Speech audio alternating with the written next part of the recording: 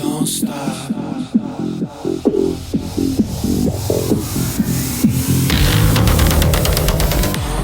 Hi, thanks for joining me on the Everything and Anything and a Bit Gay podcast. I'm Zach Randall-Friedman, the host of the show, and I'm going to tell you about she's a stunningly beautiful woman. I'm going to tell you about her in just a moment.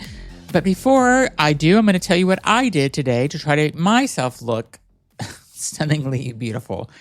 I am so into trying new things in my skin. As if you have ever listened to this show, you have probably heard me talk about all the skincare shit that I use and the things I do to my skin. Not plastic surgery, but I've done, in the last month, I did microneedling, 3 treatments of that a month apart, where they take salmon sperm and they put it into your face with microneedling, thousands of needles. I could tell a difference in the collagen in my skin and just how it looked more bright and stuff. So I've done lasers before. I do Botox every 3 months. I've done lip filler. That's all I've done, really. I've done a lot and lots of skincare stuff, at home stuff. So I have the laser mask that I try, and I haven't been using it. And I have to start using the laser mask. I was told at least 4 nights a week, so I need to start doing that again. I'm going to start that tonight, 100% sure. It takes 10 minutes.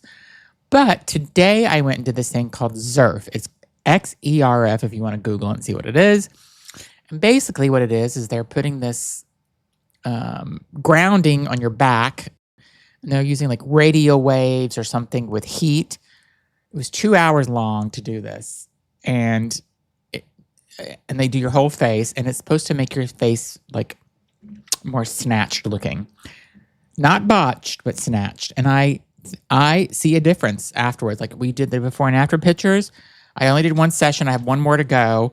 But yeah, we did the XERF. So it's 2 hours, and they're putting this, this gel on your face, and they're doing your whole face a little at a time, each section. And it's supposed to pull your skin up, and you notice right away. There's no downtime.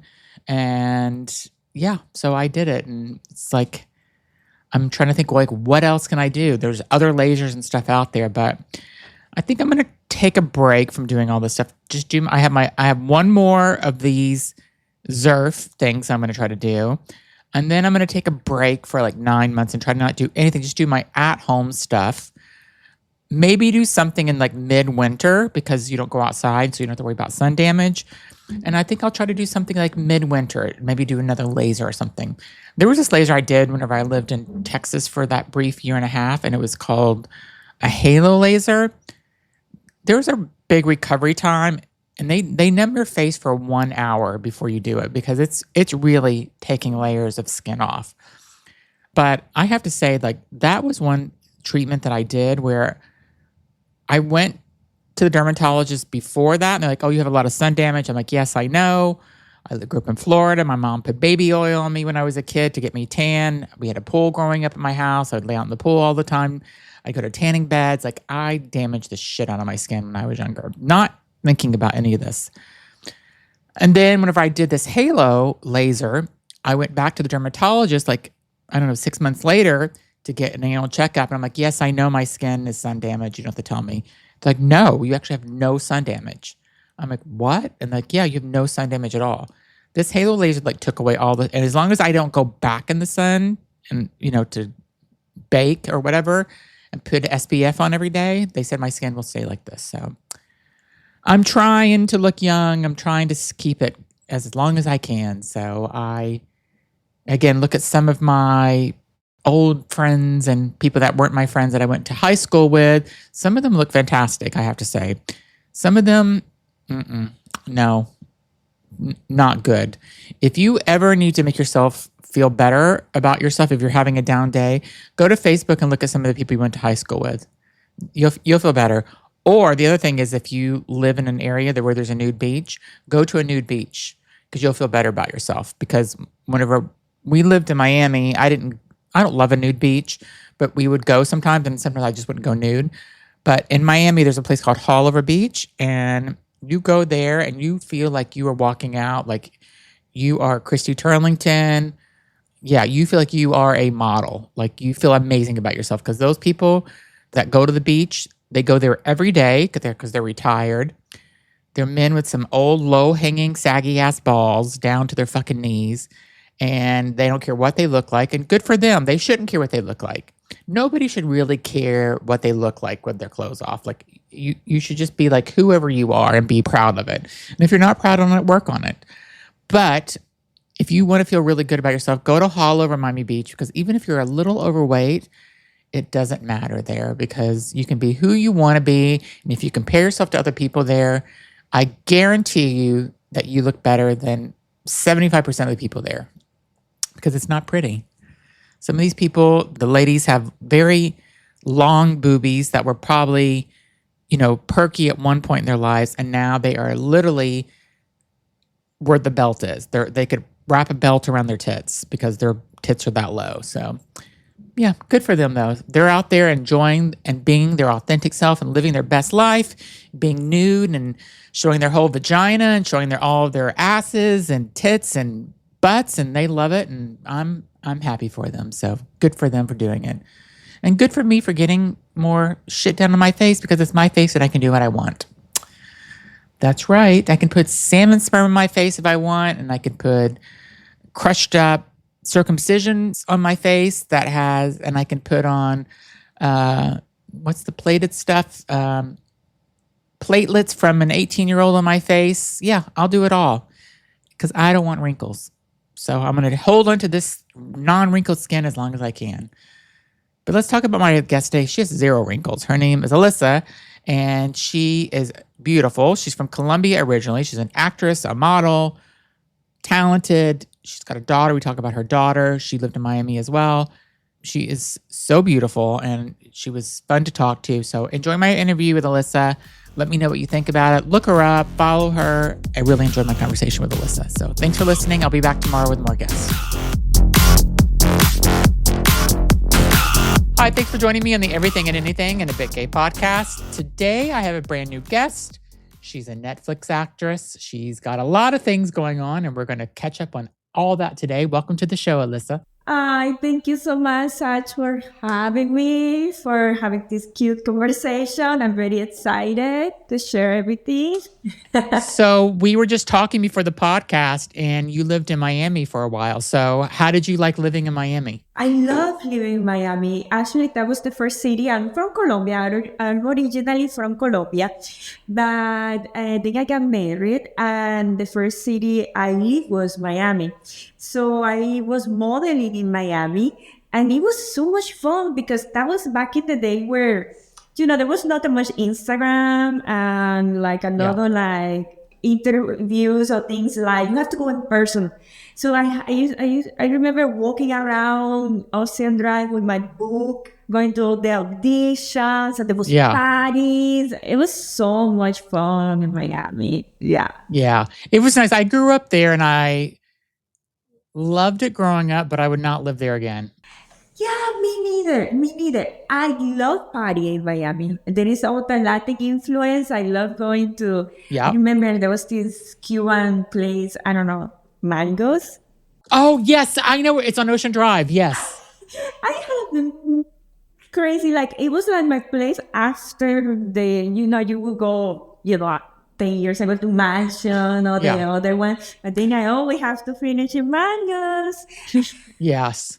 We all have those bars where we start off at, we go to a club, and then we end at some bar. Like I had my whole little situations, my different places too. So it was, Miami was great whenever I lived there, but now the weather there is just too hot. Yes, it's true. It's really hot. And I'm from Barranquilla, Colombia, and it's even hotter. But, it's like in the Ecuador. It's so hot, like so hot. So tell me what your childhood was like in Colombia. Did you enjoy living in Colombia? Was it did you have a great childhood? I have a good childhood. I have a great mom, the most amazing woman. She worked 3 jobs to support us, to me and my sister. She was amazing. And it was nice to grow up in Colombia because you are so close to culture. We always waiting every year for the big carnival. We have carnival once a year, and I think everybody in Barranquilla, Colombia, that's where Shakira come from. It's for Okay. that we have that music in our veins because every year we wait for these 4 days where you are allowed to do everything. Oh, You that's nice. you go crazy. You can be anything. You can do any custom. You can dance, whatever. You can get drunk and walk in the streets. As long we say, quien lo vives, quien lo goza. You have to live it to enjoy. Like for 4 days, the city just stop and we just like dance Yeah. and party and drink. So it was very good because you live around drums and flutes and Yeah. music and happiness, especially happiness, even though there was a lot of struggles. And there is a lot of struggles in Colombia, especially where I was coming from. We have to go through different difficult moments, but I think our culture will keep us happy with, to push through, let's say. And we'll be right back. Okay, now back to the show. At what point in your childhood, or do you remember like what age you were when you're like, I would like to be an actress. I'd like to be a model. I'd like to do this. I'd like to be in the entertainment industry. Like, when did that come to you? And like, what was your influence? Well, I remember around, like, I was like 5, 6. I started doing mini pageants. Like in my same little city, there was nothing special or anything, but they would put like 10 little girls together and we would walk and everything. And back in the day, there were no like, the phones or anything. So you have to wait for the guy to take the camera and then he will bring the pictures to my mom. And my mom will go through the pictures. Okay, I'm going to write this one. I'm going to write this one. Yeah. That was so special for me. So that's like how I started. I like the going and people would clap and I was like, okay, I'm gonna walk. And I was small, but I remember that. And then I started posing for the camera and that's how everything started. But actually I took a break. I did some pageants little and then I got into my studies and everything. And I thought, okay, I'm gonna be a lawyer. And I went to law school. But you did? Yes, I went to law school. I finished law school. I'm a lawyer in Colombia. But 3 years before I finished law school, it came back to me the pageant stuff. Okay. Somebody told me, oh, you want to be in a pageant? It's tomorrow. You want to? Like, no, that's not for me. And I studied. No, I think you can do it. Go ahead. I'm like, okay. And I went, and I guess what? Next day, I win. And that's where I started going to pageants again. I got all the way to Miss World Colombia. Wow. And I love it. I just love the pageant, the whole glamour, my friends, doing my hair, my makeup. And just like, it was my thing. And then I finished law school, but I never practiced. I cannot say I'm a lawyer, but I'm a lawyer who never really practiced law school. So, yeah, and then I started pageants, went to modeling, went to acting. And then whenever you started modeling, were you living in Miami at the time or were you in Colombia still? Colombia, I did a lot of campaigns in Colombia, like jeans, swimsuit. I worked in a lot of fashion shows in Colombia, like the Victoria's Secrets of Colombia. Oh, nice. That's amazing. Yeah, I did a lot of things in Colombia. I work for the beer company in Colombia, like Chica Aguila is like, let's say like the Corona, yeah. It was like a fun thing to do, really good. And then I got married and moved to Miami. I continued my career with Elite in Miami. Like I say, it was so much fun those times in Miami. And then I got into acting through the modeling because, they always need like the girls in the club. Yes. And there was filming Born Notice in Miami. So they always need like the girl in the club, the girls in the pool, and like, oh my God, I want to do this. I was like a background. You were the extra. Yeah. So, but I was looking at the girl there and I'm like, I think I want to be her. I think I want to be the girl in the front, the one who's getting the mic on and the thing going and like, I'm going to study. So I started studying acting and and working on my English. And then, yeah, I got into acting, and now I sang and have done some movies and TV shows. Yeah. So tell me, like, was there somebody that influenced you when you were growing up that said, you should, I mean, obviously you're beautiful. So obviously you Thank being you. a model, but I mean, I think it's really interesting story that you went to law school. So I'll just tell you, my husband did the same thing that you did. He went to law school and then never did any, well, he did a little bit with law, but he never was a lawyer. He did the same thing you did. So he just like did it. And then he's like, I don't want to do this. I don't want to I do law. know. I know. Let me tell you, Zach, I think that was the worst investment the Colombian government did. I actually win a scholarship. Thank God it didn't cost my mom any money to get me through the 5 years or five and a Yeah. half years of law school, because I win like a spat through a test. Yes.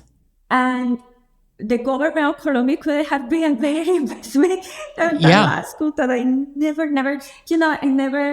I really want to help people. That's the reason I Yeah. wanted to be a lawyer. I want to help people. I love people. I love people. And so much injustice. And I said, I want to be a lawyer. I want to fight for people. But then I said, I can do maybe even more if I have a platform. So Yeah. that's how, I got into the pageants and acting and everything. But that never did anything.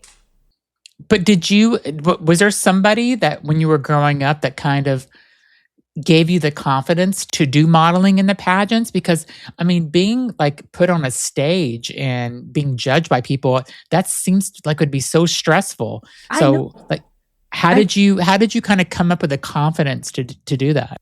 And it still is. It still is. Even I still do fashion shows in here in LA and everything. Always right before I'm like, Yeah. it's nerve-wracking. It's nerve-wracking. I think it never goes away. I think maybe singers too. Even when you're acting, when you're in your trailer waiting for that you time Yeah. to go, it's still scary. You don't want to bust up, but I think. Yeah, I'm sure in all professions, I think everybody always feel, okay, maybe a surgeon, everybody always feel Yeah. nervous before perform. It's performing. And I think I always want to perform. I love people. I like to make people laugh. And that's where I would like to do my career, comedy. Because I like people, so I want to perform for them and a great hostess. I love to do stuff for people. So that's where I started. And is your mom happy with the decisions you made, like moving to Miami and not doing law school? Like, was she okay with that? I mean, she's got to be proud of you because of all your success you've Yes, had being a model and an actress. She is. She always was very proud of all my pageants. Actually, she was always there clapping and everything, and she helped me financial, because you have to have money for dresses and Yeah. hair and Yeah. makeup and everything. She always helped me, so I owe a lot to my mom. But when I left law school, she didn't care. She actually was very happy. She's like, Yeah. she liked to see me in the pictures, in the camera, in the newspaper. She had every newspaper I ever have in Colombia when I was, in a pageant or something, a magazine. Yeah. She have all these little like books, like a sketchbook with all my stuff. Yeah, she's like definitely. That's so nice. Yeah. And do you ever go back to Colombia to visit anyone? I go every couple years. Every couple Okay. years I go to Colombia. I'm due to go this year, so I'm hoping things don't get crazy with my schedule or anything, and I can go. Yeah. What was your first job when you were acting? What was your first acting role? Telemundo. Yes. Telemundo is in Miami. Yeah. I was a prostitute. A prostitute? Rosalita. I will never forget. Oh my God, Rosalita. I was a prostitute. I was like a very how you say like sweet prostitute. I say I Okay. don't go like sweet, like she didn't know what was going on too much. So Yeah. I was like how you say, like supporting, right? So Okay. there's the main girl who was Yes. in the bad girl's house, let's say, Yes. a good girl's house, let's say. Yeah. So this girl was doing like a undercover. like an undercover thing to see, because there was actually selling girls or disappearing Yes. girls. So she came to the main girl of the soap opera would come to the place, and I was like, "Hi, no, you need to be better with the madam. Be nicer, be Yeah. sweet." And I was like taking her through the ropes on top. Finally, something happened to me. I disappeared. I was like, "No, I don't want to go." And Yeah. they took me away. That was the No Rosalita. They didn't see her anymore. Wow. And what made you move to LA? Because that's where all the acting jobs really are, is in LA. Yes. I lived in Atlanta for a little while. Atlanta is great. There is I lived there too. studios. Did you? It was hot though. Oh, change. Atlanta change. Sometimes it's hot, sometimes it's cold. It depends I on know, the but in the season. summer, it's so hot. The humidity is so hot in Atlanta. So Yes, it is. It is. LA has much better weather. LA have the best weather. California is such a blessed state. Like you go, the mountains are beautiful. Yeah. The beach. It's beautiful. Yeah, you cannot. And we'll be right back. Okay, and now back to the show. So do you think that the industry kind of is changing in just in Hollywood overall for actors and actresses, about, just being able to, do you think that they're opening roles up for more diversity, not just from, a Latina roles, but just overall diversity, LGBTQ plus, having more African Americans, being more open for that? Do you think Hollywood is now finally opening up the doors for more opportunities for everyone? Well, it's taking little steps. It's taking little steps, because I can tell that I don't get as many auditions as like an American white woman, Caucasian, will get, and the same LGBTQ, and the same like ethnicities. It's taking a little step. I wish it'd be faster, and it would be better roles, of course, bigger roles, but it's like the glass half empty, half we there. Well, let's keep going. Let's keep going. Let's keep going. I think people's more open now. People enjoy Latin characters or diverse characters. I think so too. Love it. I think the world is changing, so I think Hollywood's going to have to change as well, because the world is changing. So everything is more global. So you have to think about things. You can't just have the Caucasian white woman or man that's in the roles. It's a global role. And I mean, when you think about Netflix shows, they're shown across everywhere now in different languages now. So it's not like it's just like an American audience any longer. So is there anybody that you would love to work with? Who's your dream co-star? I always have like this thing for Brad Pitt. But no, you want to date Brad Pitt, or do you want to work with everything? Yeah, I want to know. Don't date Brad Pitt. Okay. Work with him. Work with him. Okay. Oh, you know what? Back in, like growing up, my Tom Cruise still. Who doesn't love Tom Cruise? Yeah. Yes. I would say Tom Cruise, Brad Pitt. Leonardo DiCaprio used to be like one of those like, oh, but not that much anymore. I would go. Yeah. I could see that about Leonardo DiCaprio. I can see where you're coming from with that. Is there like a Latina actress that you like? They're just kind of an inspiration for you. I mean, you think about Sofia Vergara is amazing. Sofia, she's like a proud, like every Colombian, especially from my city, we are proud. Yeah. Actually, we have 2 statues next to in a beautiful bay in front of in a beautiful river. We have 2 statues. We have a Shakira statue. And people love to go to see the statue. It's huge. It's huge. So you're thinking about like a building. Yes. Meters high. We have Shakira. The statue of Shakira, and we have the statue of Sofia Vergara. Next time I go to Wow. And they need my statue now. Yes, exactly. A few more years, you'll get it, I have a feeling. So I can feel it coming. Yeah, Shakira is going to be playing the halftime show at the World Cup. Did you see that? And yes, she is always with Madonna. it's Madonna, Shakira, and there's one more person that's playing it, which I think is amazing.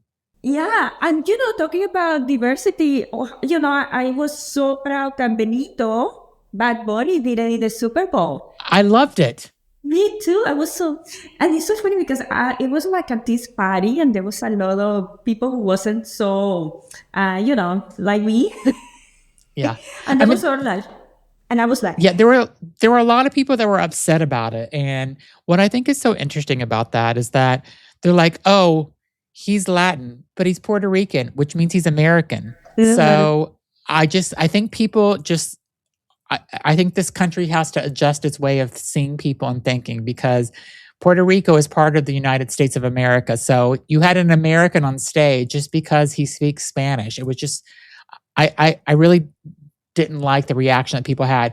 I thought his show was spectacular, though. Yes, it was very fun. He did such a good job. It was so entertaining. It was different. He had all these like little surprise guests throughout the performance. He did such an amazing job. Was there. Yes, and he's so hot too. Like, I think he's so good looking. He is. Yeah, I was very proud. Every song, I knew all the songs. I think he actually sings some songs who were reggaeton, but all the reggaeton. So you use Spanish, you know this song. I was like, and people next to me also. Yeah, I mean, I think he did a fantastic job, and I love seeing that diversity kind of coming more into the mainstream. Even though we have people out there that don't like it or don't understand it, that's for them to grow in their own thing. So let them figure it out on their own. Yeah, they just have to be a little open, because I don't want to hurt them or anything. Just enjoy a little bit more. Actually, Do you have a daughter? I have a daughter. She's a teenager. She's and how is that, having a teenage daughter? It's so different. It's like she criticized me like, "Mom, what you wearing?" I'm like, "Yes, why you always so dressed up?" I'm like, "Girl, it's Latina."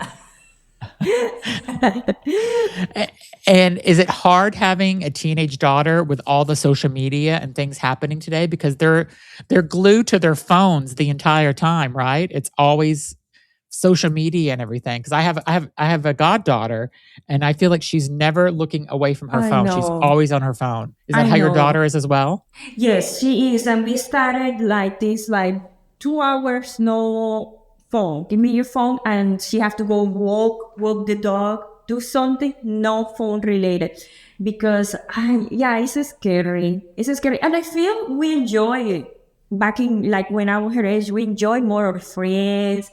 Like, I remember going to my friend's house or here and there. Now they do everything in their phone, and I noticed they don't want to talk that much.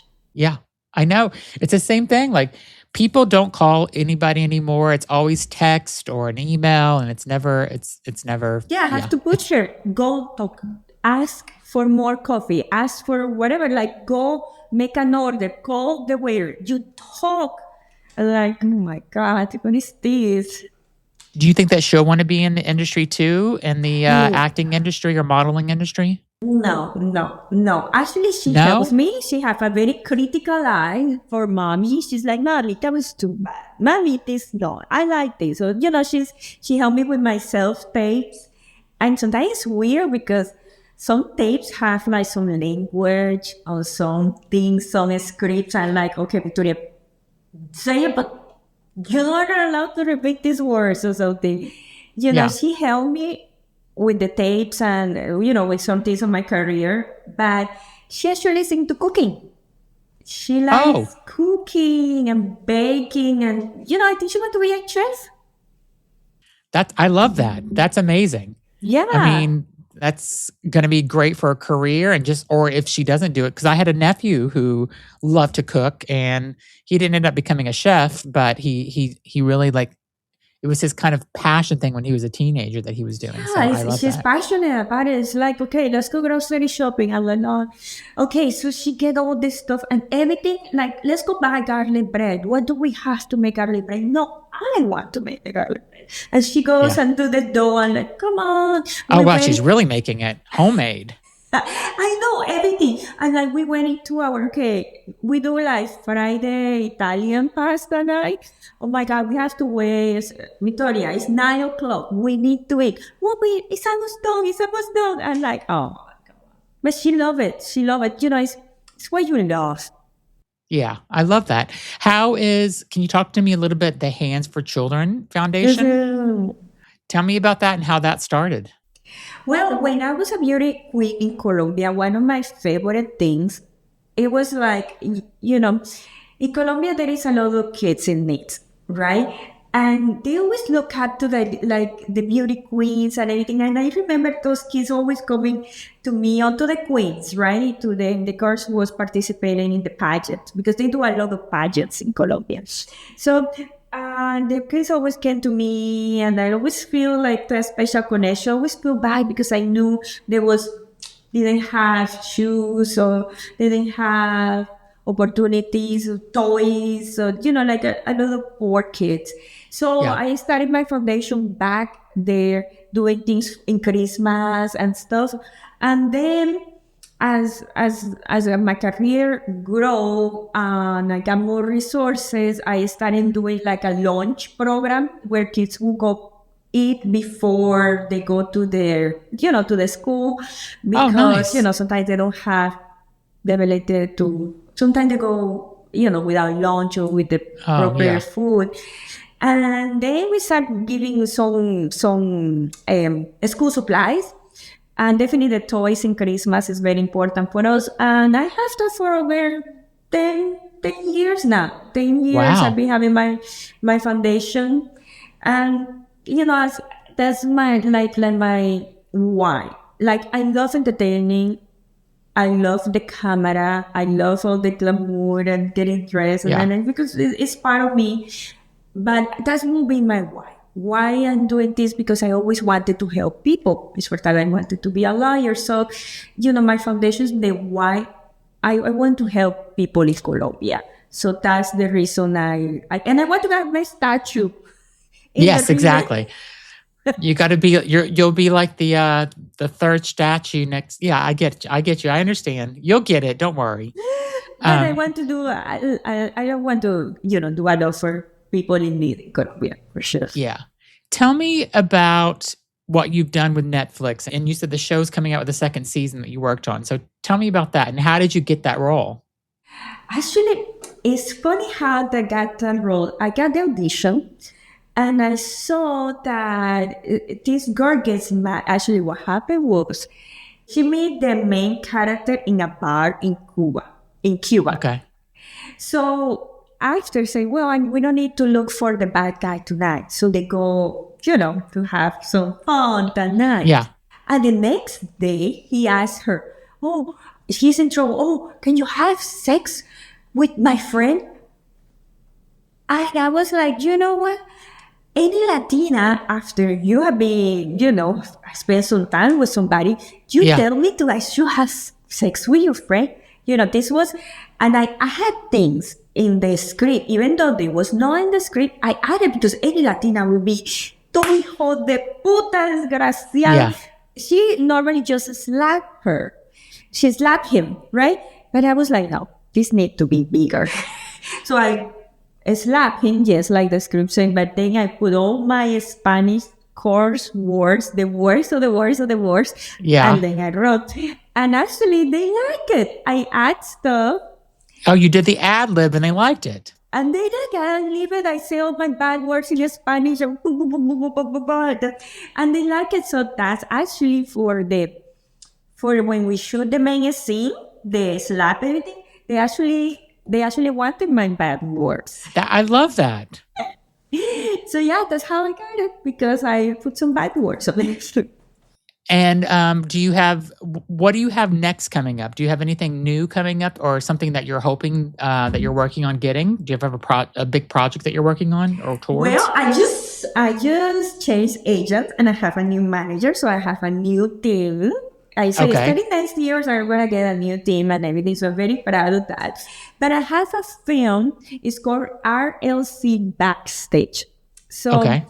it's pretty interesting because it's about all the drama. It's a film. It's almost like a documentary, but it's scripted and everything. Yeah. But it's about what's going on behind the scenes in fashion shows here in LA. Oh, wow. There is a lot of drama. There is a lot of interesting things. There is a lot of crying and things. And we did like a short film, like a film about it, and it's coming on June 13th in the Chinese theater. Okay. Where all the premieres are gonna be. So then they will be like in different platform, Apple TV and stuff like that. That's amazing. Congratulations. That's so amazing. Yeah, it's fun because it's like acting and at the same time modeling at the same time. So it's cool. Yeah. It's fun. So if you had to pick between acting and modeling, which one would you prefer to do? I love both. I love both because modeling, I like the creative part of modeling. You get to work with people, the hair, okay, let's go do this, or let's go put this outfit, and you get to transform. I think both, you get to transform in something you are not normal. You let go of your insecurities, of, what you really are, all the things, maybe don't work in your head, let's say, and you transform, especially when you have a character. I did Black Mafia family, and I have a character who was the wife of a drug lord. Oh, wow. So she was so much fun to play because she was having the jewelry, the diamonds, the thing. She was in the pool looking at the deal being made, and she was like the wife of the drug lord. So you get to transform something that you normally won't be. I'm more like, sometimes I'm even a little shy. Sometimes in the industry I'm really like, but there you transform in something. You are not the same with modeling. Every time you go into the carnival, you will transform that diva you normally are. Not every day. Awesome. And do you prefer working on a series or would you prefer working on a movie set? I think movies are more fun because you have more creative space. Sometimes, if it is a series, it's this, and this is what works for the keep going on that series. But in film, like I did a Colombian film about immigration called Los Ocho. So it gets more close to your heart, because you're building a character, who went through, don't be able to see his father when she died because she was here in the United States and she couldn't come back. It was like immigration film, Los Ocho. Beautiful, about the lives of people here, who have immigration problems. So, it was so close to me, and it's just you get to play more. But series TV is like, this is what we're gonna do. That's it. So yeah. Awesome. Well, I'm so glad I got to speak with you. I can't wait to see what you do in the future. I can't wait for you to get your statue in Colombia. Just think about it. You make me happy. Thank you. Yeah. So once that happens, you come back on the show, and we'll show pictures of you you standing in front of the statue whenever that happens. So. Thank you, Zach. Thank you for having me. Yes, you were amazing. To talk to you. Yeah, it was a pleasure talking with you too, and I can't wait to see what you do in the future. And thanks so much for being on, and good luck with your film coming out in June. Thank you, and thank you, everybody. Bye. Thank you. Bye.